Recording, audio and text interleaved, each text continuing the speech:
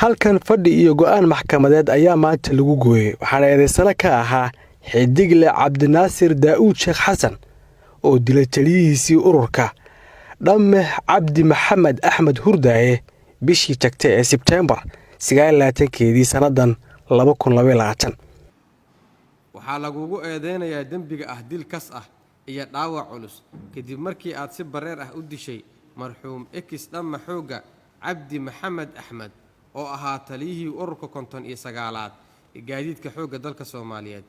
sidoo kalena aad dhaawac u geysatay dhibanayaasha kale ah Axmed Maxamuud Axmed iyo Umar Axmed Sheekh Maxamed waa galad eedaas waxaana ku galay xuquuqdooda iga maqan si qalad iga maqneed anigoo shaqeynayo ayaa xuquuqdooda dhibic laga saaray barbalan timilna waa qabsaday iyo taliyaha dhintay intaynu isla joogno ninkan markuu soo galay anaa la hadla oo aan iri waa soo labisatay maanta shaqo tagaa tahay inuu taliyaha dilaan ma aan ogeyn soo ma marka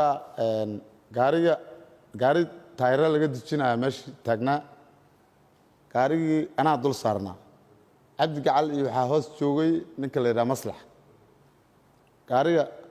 taayiradii aan usoo tuurayay ayagana waa xareynayeen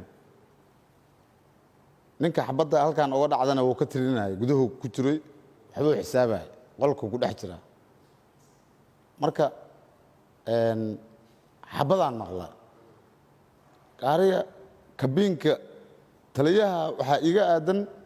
kabiinka baabuurka ku aadan gaari bijiya meesha taagan taliya oo dushiisa aniga aan saarana saasaan u fiiriyey waxaa iska kor dhacay maslaxa iyo taliyihii waxaa isiri dadkii oo dhan waa la dilaaba waa ashidanta waa ka booday baabuur gaariyaan ka booday nafta orada igu aamintay cabdinaasir aan xabadaha ku shubeyay taliyaha oo si bareer oo u dilay cad wax macnaha ma ahayn laalaaba waa kaa waxaan ku jiray baqaar gudihiis alaab ayaan dejinayay ciidanku leeyahay oo ah spare parts baabuura irida ii taagnaa baqaarka gudihiisa anoo ku jiro alaab kala risaynaya ayaan waxaan maqlay rasaastii markaan ku soo baxo bal eego fiiri aan isrina iridii markaan ku dhowahay oo barta albaabka uu ka xirma aan taagan aan lagu iita laguna ay baqaarka gudihiisa ay jirto dhaawacaan la kulmay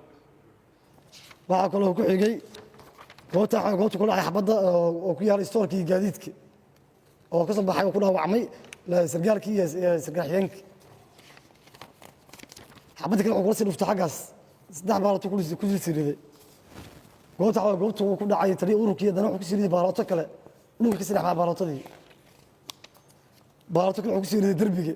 meesha taliya ururku fadhiyay baalato kale ku siriday kursigii u dhawaa Allah naxariista marxuumku fadhiyay taliya ururka fooqan waxa ka soo yeelay saddex baalato oo kuliyay taliya ururka oo mid kamid ah ku dhacay oo u dhintay xabadaha waxa ka soo qaadnay goobta waxay gaaraysaa ilaa 16 baalato laakiin xabada ka badan ayuu laba qasnadood oo ku dhimeeyay dhammaan ciidanka xoogga Soomaaliyeed sanacada diyaarad ku sanacada ku damaayo goordan iyo qaybta kale runta ilaalada nactooyada uu ku dhimeeyay ilaa uu si aan xabada ku leeyahay eedaysanuhu wuxuu ku dooday in uu u dilay sabab la xiriirta xuquuqda laga joojiyay eedaysanuhu wuxuu ku qornaa kolonyo safar u socotay oo la rabay inay dhulka maraan maadaama uu yahay farsamo yaqaan dabka yaqaana wuu ka haray wuu aadi waayey wuu baqay shaqadii ciidanka way dhaqaaqeen wuxuu mudnaa inuu yimaado uu si jilcan u yiraaho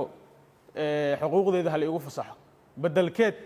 wuxuu u yimid taliyihiisii oo shaqadii qaranka ku jira ayuu xabado feeraha u galiyay uu dilay sarkaalkii shaqeynaa ayuu dilay isageena shaqadii uu ka haray mudan gudoomiye garsooreel maxkamadda sharafka leh sarkaalku ma aha askari waa sarkaal dilaya taliyihiisana waa dareemi kartaan ciidamada dhexdeeda siday ku tahay sidaa darteed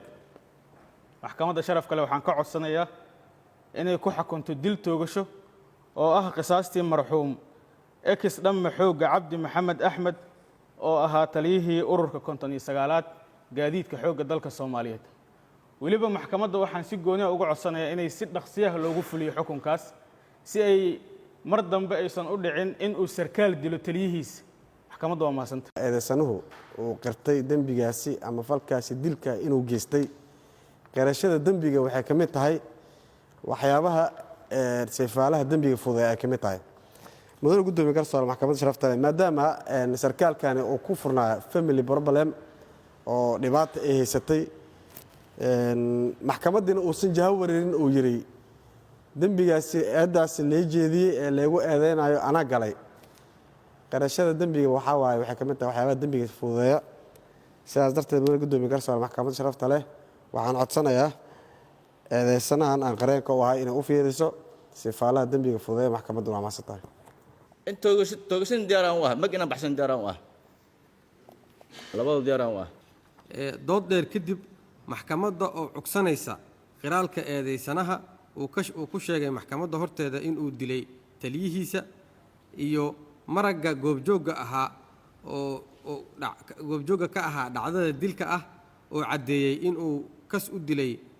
marxuumka eedeysanaha. maxkamadda oo sidoo kale dhageysatay doodda u dhaxaysay xafiiska xeeraalyaha ciidamada qalabka sida iyo qareenka difaacaya eedeysanaha waxaa u caddaatay shuurada iyo wadatashiga garsoorayaasha kadib in eedeysanuhu uu yahay dembiilo galay dembiga lagu soo oogay. waxayna maxkamaddu ku xukuntay eedeysane xidigle xoogga cabdinaasir daa'uud sheekh xasan cumar oo goobjoog ka ah maxkamaddu dil toogasho ah oo ah qisaasta marxuum cabdi maxamed axmed. maxkamaddu waa u xiran tahay. cabduqaadir ciise warbaahinta qaranka muqdisho.